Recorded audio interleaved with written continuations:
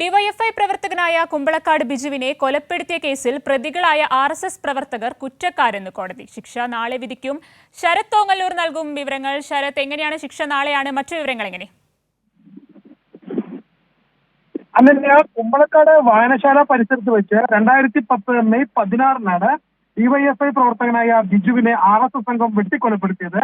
9 പ്രതികളാണ് കേസിലുള്ളത്. 9 പേരും കുറ്റക്കാരാണെന്ന് കോടതി ശിക്ഷിച്ചിരിക്കുകയാണ്.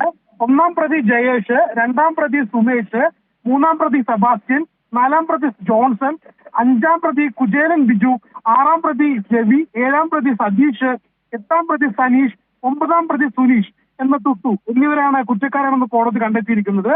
നാളെ വിധി പ്രസ്താവിക്കും. 2010 മെയ് 16 കൊലപാതകം.